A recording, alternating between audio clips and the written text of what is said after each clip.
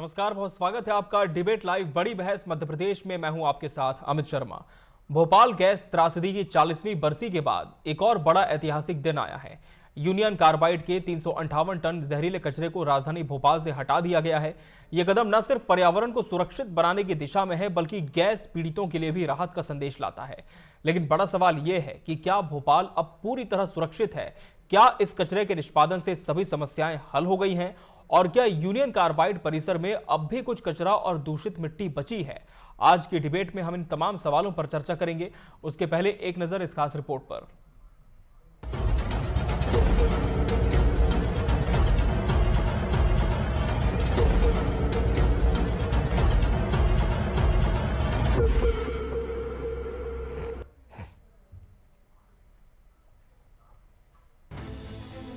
Bhopal gas त्रासदी के बाद यूनियन कार्बाइड परिसर में 337 मीट्रिक टन से अधिक जहरीला कचरा जमा था। इस कचरे को हटाने का फैसला हाई कोर्ट और सुप्रीम कोर्ट के आदेशों के बाद लिया गया। प्रक्रिया की शुरुआत 31 दिसंबर को हुई। कचरे को विशेष सुरक्षा मानकों के तहत बैग्स में पैक किया गया और पीथमपुर स्थित एकमात्र इंसिनरेशन प्लांट तक पहुँचाने की तैयारी की गयी। ये प्लांट पर्यावरण मंत्रालय और केंद्रीय प्रदूषण नियंत्रण बोर्ड के दिशा निर्देशों के तहत संचालित होता है। कचरे को ट्रांसपोर्ट करने के लिए विशेष कंटेनर उपयोग किए गए। पूरे 4 दिनों की प्रक्रिया में हर कदम पर वैज्ञानिक और विशेषज्ञ मौजूद रहे। ड्राई रन पहले ही सफल रहा था और सुप्रीम कोर्ट को इसकी रिपोर्ट सौंपी गई थी। डॉक्टर मोहन यादव का कहना है कि हमने ये कदम सुप्रीम कोर्ट और वैज्ञानिकों की सलाह के आधार पर उठाया है। जनता को किसी भी तरह की चिंता करने की जरूरत नहीं है। ये एक सुरक्षित प्रक्रिया है और इसका पर्यावरण पर कोई नकारात्मक प्रभाव नहीं पड़ेगा।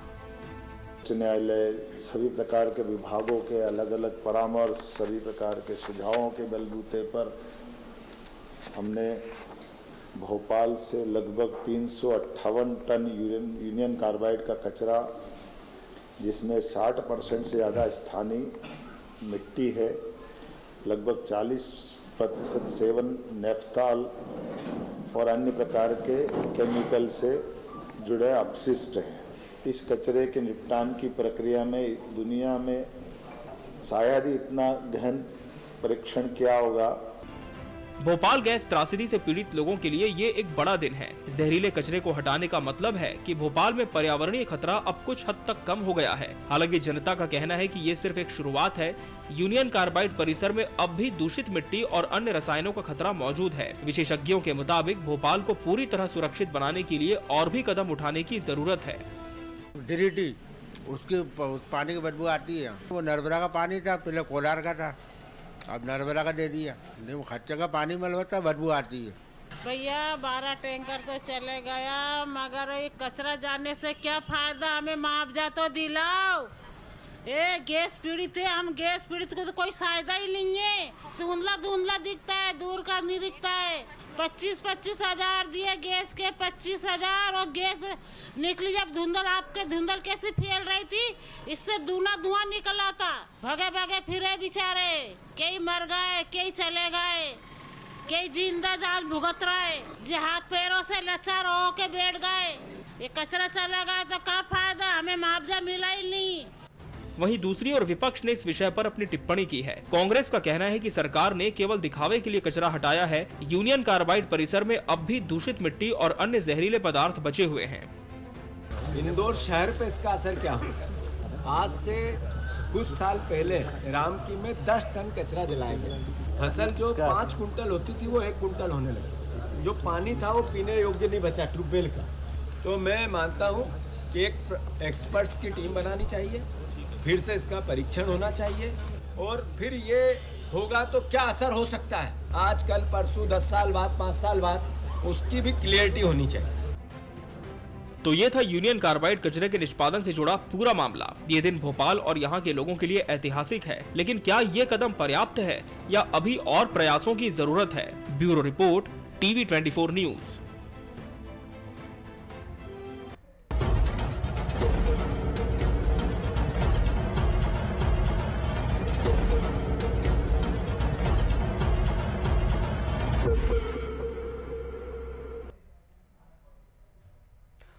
शतरंज का विध्वंस, आज इसी विषय पर हम चर्चा करेंगे और इसके लिए हमारे साथ खास मेहमानों का पैनल भी जुड़ चुका है।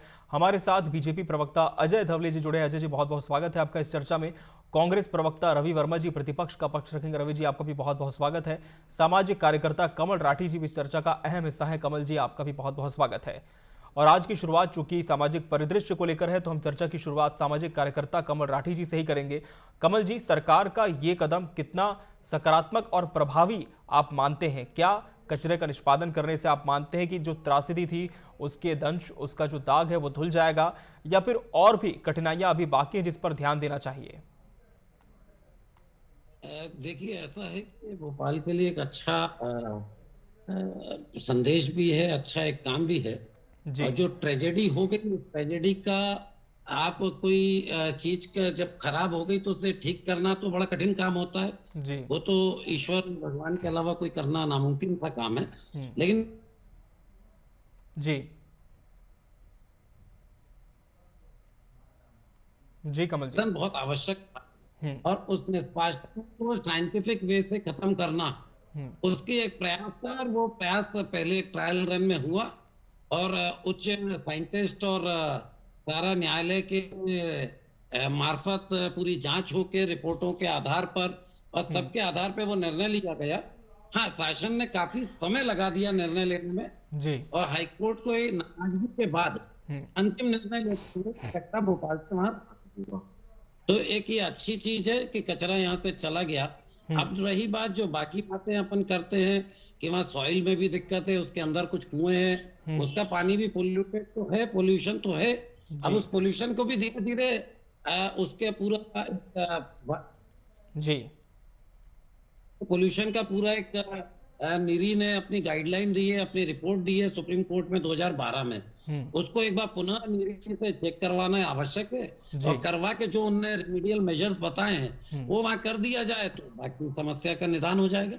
जी अजय जी, विपक्ष भी ये कह रहा है कि निर्णय तो लिया है लेकिन काफी समय इसमें लग गया, तो क्या वजह रही कि इतना बड़ा समय इस 40 पुरानी त्रासदी के बाद अभी निष्पादन करने में लग गया? और क्या आप मानते हैं कि सरकार ने जो कदम उठाए वो बहुत ही प्रभावी और इसके दूरगामी परिणाम सकारात्मक होंगे?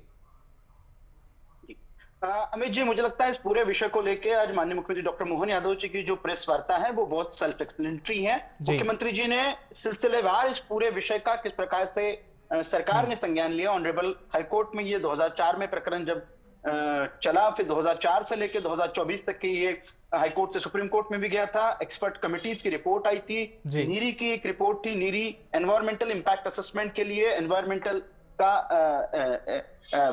हजार्डस वेस्ट का एनवायरमेंट पे क्या इंपैक्ट होता है इसका असेसमेंट करने के लिए एक भारत सरकार की एजेंसी है, उसने भी साइंटिफिकली इस कचरे का किस प्रकार से निष्पादन हो सकता है, इंसिनरेटर की व्यवस्था रहे और जो एक निर्धारित टेम्परेचर की उस रिपोर्ट में बात कही गई थी, उसी सारी प्रक्रिया से जब माननीय न्यायालय संतुष्ट हो गया, माननीय न्यायालय ने, क्योंकि सरकार का इस पूरे विषय के लिए एग्जीक्यूशन का काम सरकार के पास था, तो माननीय न्यायालय ने सरकार को निर्देश दिए और एक टाइम बाउंड मैनर में इस कचरे को निष्पादन करने के लिए सरकार को कहा। तो सरकार ने भी माननीय उच्च न्यायालय के, माननीय सर्वोच्च न्यायालय के जो निर्देश थे उन निर्देशों के पालन करने के तहत, और जो कांग्रेस ये आरोप लगा रही कि इतने साल क्यों लग गए, तो मुझे लगता है कांग्रेस को पहले अपना काला इतिहास उठाकर देखने की आवश्यकता है कि 1984 में किस प्रकार से मिथाइल आइसोसिनेट लीक होता है यूनियन कार्बाइड में, और तत्कालीन कांग्रेस की सरकार, चाहे राज्य की सरकार ले या केंद्र की सरकार ले, उन्होंने किस प्रकार से उस व्यक्ति के, जिसको हम कहेंगे वॉरेन एंडरसन, जिसकी वजह से ये पूरी की पूरी घटना घटित हुई थी, उसको किस प्रकार से सरकारी खर्चे पे सरकारी प्रश्रय देते हुए भारत से बाहर भगाया। और आज जब ये सरकार, भारतीय जनता पार्टी की सरकार, इस कचरे का निष्पादन के लिए उच्च न्यायालय के निर्देशों का पालन कर रही है साइंटिफिक स्टडीज के बाद में, क्योंकि मुख्यमंत्री जी ने जब अपनी पत्रकार वार्ता की तो उन्होंने कहा कि उन्होंने जो साइंटिफिक स्टडीज थी उसमें जो रिपोर्ट है, उन्होंने कहा कि नेप्थॉल का एक बहुत महत्वपूर्ण भाग होता है, वो नेप्थॉल 25 वर्षों में नष्ट हो जाता है, तो वो उन्होंने समझाया। तो मुझे लगता है जब सरकार का प्रमुख व्यक्ति इस विषय को सामने से आके मध्य प्रदेश की जनता के मन के भाव के लिए, जो जन भावनाएं हैं, उन आकांक्षाओं का, उन भावनाओं का ध्यान में रखते हुए वो उनकी चिंताओं को दूर करने के लिए जब आज उन्होंने पत्रकार वार्ता को संबोधित किया, तो मुझे लगता है कांग्रेस या अन्य किसी राजनीतिक दल को इस विषय के लिए, क्योंकि ये संवेदनशील विषय है, ऐसे विषयों पर राजनीति नहीं होनी चाहिए। हम तो उस काले इतिहास को, हम तो वो कांग्रेस के पाप को साफ कर रहे हैं जिन्होंने मध्य प्रदेश की जनता को छला था। इस प्रकार की यूनियन कार्बाइड को अनुमतियां मिली थी। आप हम सभी जानते हैं कि सरकार ने यूनियन कार्बाइड को सेटअप करने के लिए जो एनवायरमेंटल परमिशंस थी, वो परमिशंस को भी दरकिनार करते हुए वॉरेन एंडरसन की कंपनी को परमिशन दी थी। लेकिन आज इस त्रासदी के बाद में, इस भयावह त्रासदी के बाद में मध्य प्रदेश की सरकार जनभावनाओं के अनुरूप अगर कोई निर्णय कर रही है तो मुझे लगता है उसका स्वागत करने की आवश्यकता है। चलिए, तो कहीं ना कहीं स्वागत करने की आवश्यकता सरकार इस पूरे निर्णय का देखती है और निश्चित तौर पर हम कह सकते हैं कि ये बहुत बड़ा कदम है। कांग्रेस का हम रुख कर लेते हैं। रवि जी, आपको मेरी आवाज मिल पा रही है? जी अमित जी, अब आ रही है आवाज मेरे पास। जी रवि जी, बीजेपी कह रही है कि एक बहुत बड़ा निर्णय है, इसके पहले भी हमने तमाम प्रक्रियाएं की हैं, उसके बाद जाकर ये प्रभावी कदम उठा पाए हैं, लेकिन कांग्रेस के पाप थे जो कि अब साफ हुए, लेकिन इस पर राजनीति नहीं होनी चाहिए। आपका जवाब इस पर? देखिए, पाप किसके थे, पुण्य किसका था जी, इस विषय में अगर जाएंगे तो भारतीय जनता पार्टी को भी अपना इतिहास, काला इतिहास देखना होगा, क्योंकि सत्ता में 20 साल से वो भी है। और देखिए, इस तरह की जो घटनाएं हैं, मैं बहुत ही स्पष्ट कर देना चाहता हूं कि वो किसी सरकार की मंशा के अनुरूप नहीं होती है कि वो अपनी राज्य की जनता को इस हालत में देखे या पहुंचाए। ये एक अनहोनी थी जो घटी और जो पीड़ादायक थी, बहुत ही पीड़ादायक थी, जिसकी शब्दों में हम बातें करें वो कम है।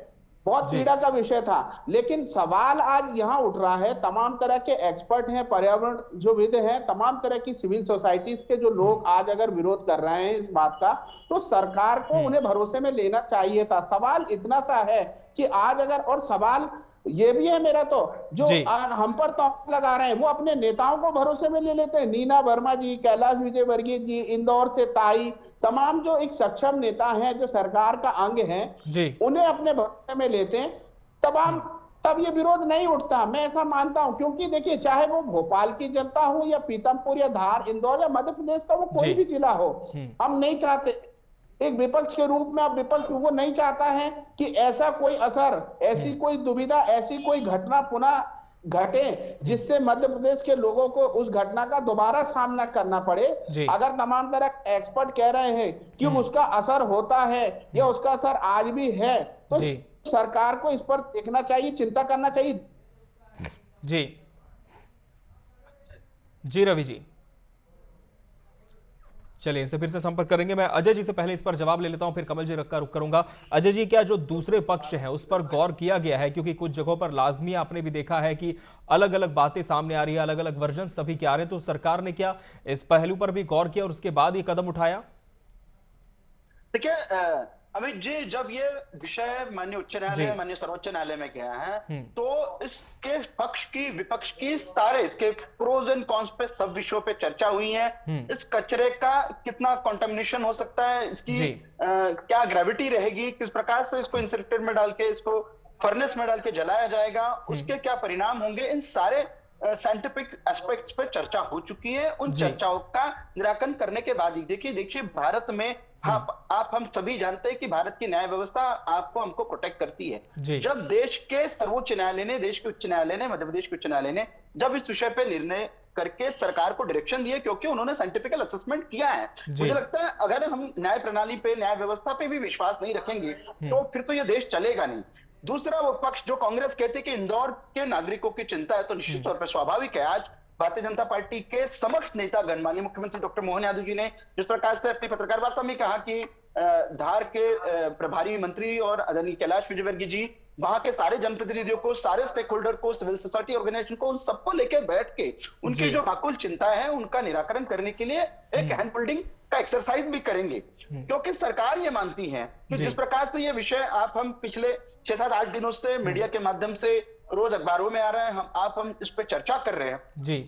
बहुत जो मूल प्रश्न थे, जो पिटीशन था, ये पब्लिक पिटीशन को जो डॉक्यूमेंट्स है वो सारे डॉक्यूमेंट, सारी साइंटिफिक स्टडी पब्लिक डोमेन में है। तो ऐसा कुछ नहीं है कि सरकार ने किसी से कुछ छुपाया। और ये एक पिटीशन थी, एक प्राइवेट लिटिगेंट था जो भोपाल का रहने वाला है, उसने ये 2004 में पिटीशन लगाई थी।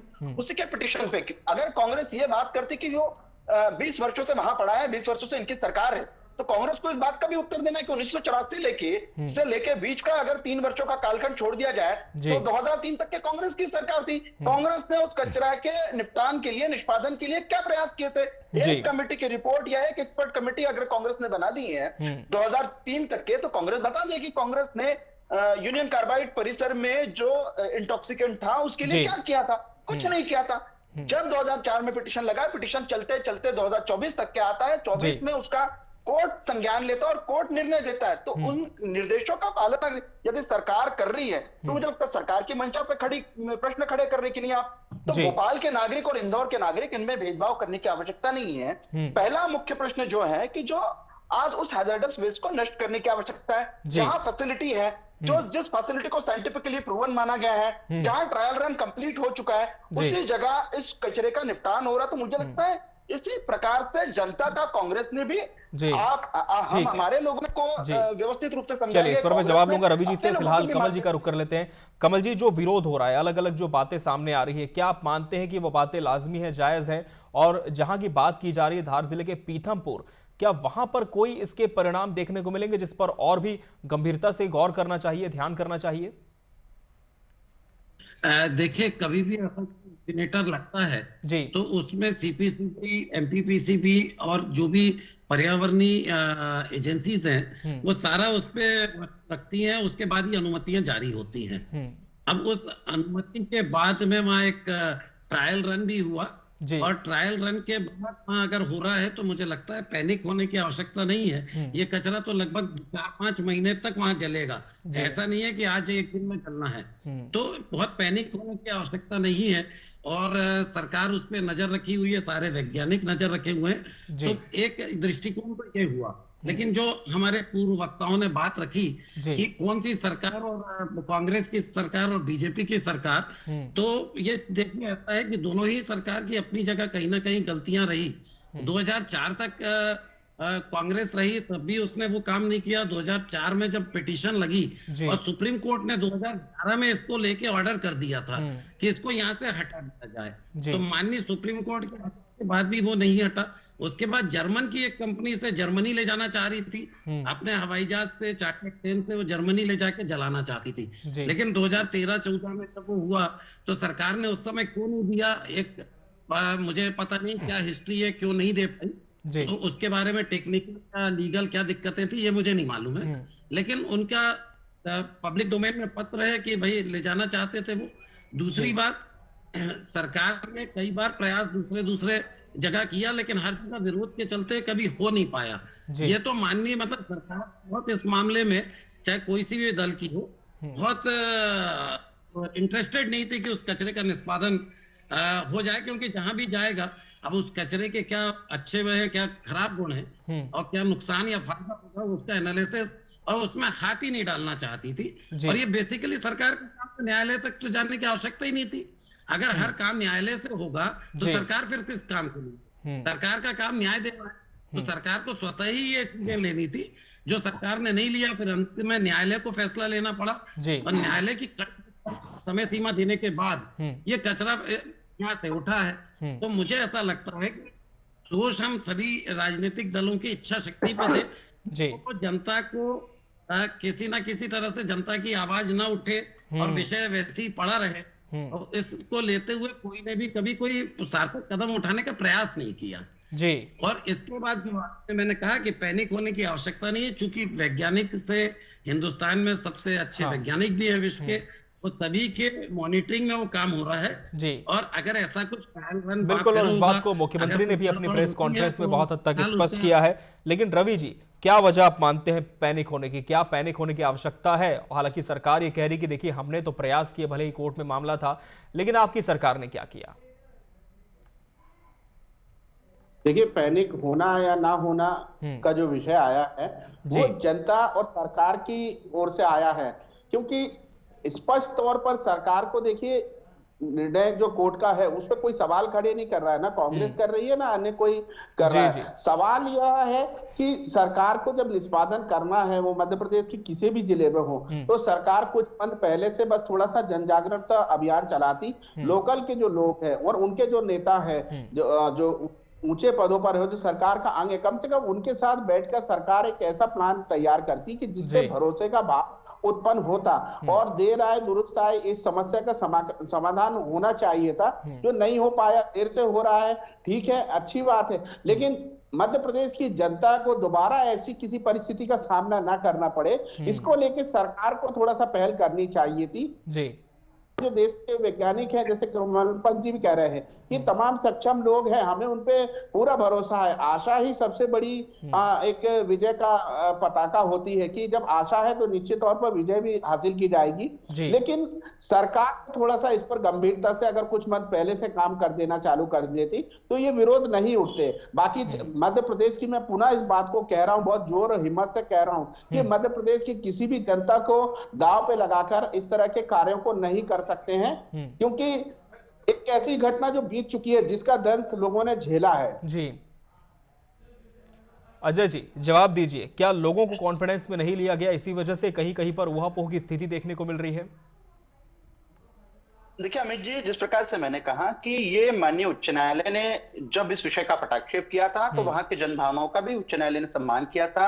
आप ये देखेंगे कि इस पूरे विषय में ये जब 20 वर्ष तक ये प्रकरण जब सर्वोच्च न्यायालय में जब चला है, तब उसमें सारे चीजों का, सारे एस्पेक्ट पे चर्चा की गई है और साइंटिफिकली ये प्रूव हो गया है। इस एनालिसिस के बाद में इसका निष्पादन होने की आवश्यकता है। तो मुझे लगता है फिर से इस विषय को खड़ा करके एक जनता को भ्रमित करना, ये एक अच्छी राजनीति नहीं है, एक सार्थक राजनीति का ये पहलू नहीं है। आज विषय ये है कि एक टाइम बाउंड मैनर में ऑनरेबल हाई कोर्ट के डायरेक्शन है, उन डायरेक्शंस का पालन होने की आवश्यकता है और उस कचरे का निष्पादन व्यवस्थित रूप से होने की आवश्यकता है। बिल्कुल कमल जी, अब कचरा तो चूंकि पहुंच चुका है पीथमपुर, उसके बाद किस तरह की जिम्मेदारियां बनती हैं, और जहां तक पीड़ितों की बात है, क्या ये माना जाए कि अब पूर्णतः उन्हें इंसाफ मिल चुका है या फिर किसी और तरह के कदम उठाने की आवश्यकता आप देखते हैं? देखिए, जो बात वो जो पीथमपुर का जो यूनिट है वो इसी पर्पज से बना है और ऐसा वेस्ट मध्य प्रदेश में लगभग आज की तारीख में मेरे हिसाब से लगभग 80 से 100 और ऐसे यूनिट्स हैं जो बहुत खतरनाक हैं, शायद यूनियन कार्बाइड से भी ज्यादा खतरनाक हो। उनका भी टॉक्सिक वेस्ट तो यहीं पर निष्पादन होता है। तो मुझे लगता है, तो मैंने पहली बात कही कि अब चूंकि कचरा चला गया है, कचरा यहाँ रहता तो उसका भी कोई औचित्य नहीं था, चला गया, इसका निष्पादन भी ऊपर वाले की बिल्कुल कृपा दृष्टि हमारे देश पे, हम सब पे रहेगी और ऐसे कोई घटना वहां मतलब पॉइंट भी चांस नहीं लगता है। 100% बहुत तरीके से बिना पर्यावरण को क्षति पहुंचाए वहां पर निष्पादन हो जाएगा, इसका पूरा यकीन है, हमारे वैज्ञानिकों पे हमें यकीन है। लेकिन अब जो एक बात, तो यूनियन कार्बाइड की जगह बची है और उसमें जो बचा हुआ जो सॉइल कंटेमिनेशन की रिपोर्ट है या पानी के कंटेमिनेशन रिपोर्ट है, तो अब उसमें साइंटिफिकली काम करने की जरूरत है और उसको कैसे हम साइंटिफिकली उसका क्लोजर कर सकते हैं, उस मिट्टी को कैसे ठीक कर सकते हैं, उस पानी को कैसे ठीक कर सकते हैं, इस पे पूरा विस्तृत रिपोर्ट 2012-13 में नीरी ने भी दी है। इसके बाद भी मेरा कहना है कि एक बार और पुनः नीरी से जांच करवा ली जाए, क्योंकि समय के साथ भी अपने आप भी कई चीजें सुधर जाती हैं, तो उसको देखते हुए जांच करके उसका साइंटिफिक और क्या होता है निष्पादन करते हुए उसको बिल्कुल। और इसी पर मैं बिल्कुल अजय जी से सवाल भी लेने वाला था कि अजय जी, अब चूंकि कचरा चला गया, इसके बाद इस जगह का क्या, क्योंकि लगातार ये भी मांग की जा रही है कि अब वहां पर पहले मिट्टी परीक्षण किया जाए, कहीं मिट्टी दूषित तो नहीं है, फर्टिलाइज है कि नहीं, तमाम तथ्य देखे जाए और उसके बाद कोई सकारात्मक पहल वहां पर की जाए। तो क्या सरकार इस विषय पर भी विचार कर रही है?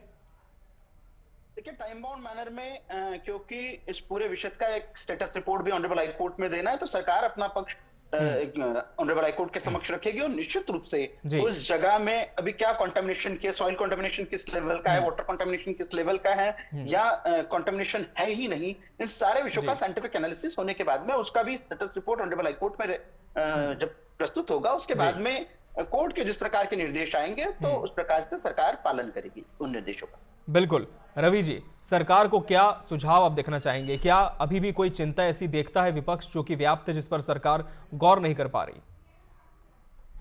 देखिए, तमाम चिंता इस बात की है कि सरकार ने जिन वैज्ञानिकों से, जिन एक्सपर्टों से राय ली है, उनके साथ साथ उन तमाम जो लोगों की भी राय लेनी चाहिए जो लोग विरोध कर रहे हैं, और जो लोग इस पर एक्सपर्ट जो लोग सवाल भी खड़े कर रहे हैं कि उसका असर रहता है, तो उनकी भी बात को सरकार को आधार मानकर कम से कम काम करना चाहिए, क्योंकि वो भी इस देश के नागरिक हैं, वो भी इस देश की भलाई उन्नति चाहते हैं। अगर उनका ऐसा आशय है, उनका ऐसा मंतव्य है कि इसका असर रहता है, इसका कई सालों तक असर है, इससे क्षति हो सकती है पीतमपुर के लोगों को, तो सरकार को उस पहलू पर भी ध्यान देना चाहिए। और राजनीति हम लोग नहीं कर रहे हैं, मैं अजय जी को कहना चाहता हूँ, राजनीति अगर वो करना चाह रहे हैं तो कौन कर रहा है, क्योंकि लोकल के उनके नेता भी इस बात का विरोध कर रहे हैं। हो सकता है कि राजनीति की सलाह या राजनीति करने का उनका आशय सीधी चुनौती वो ताई या नीना वर्मा जी कैलाश विजयवर्गीय को दे रहा हो, क्योंकि वो भी इसकी चिंता कर रहे हैं कि वो निष्पादन यहाँ ना हो या इसको और बेहतर तरीके से किया जाए,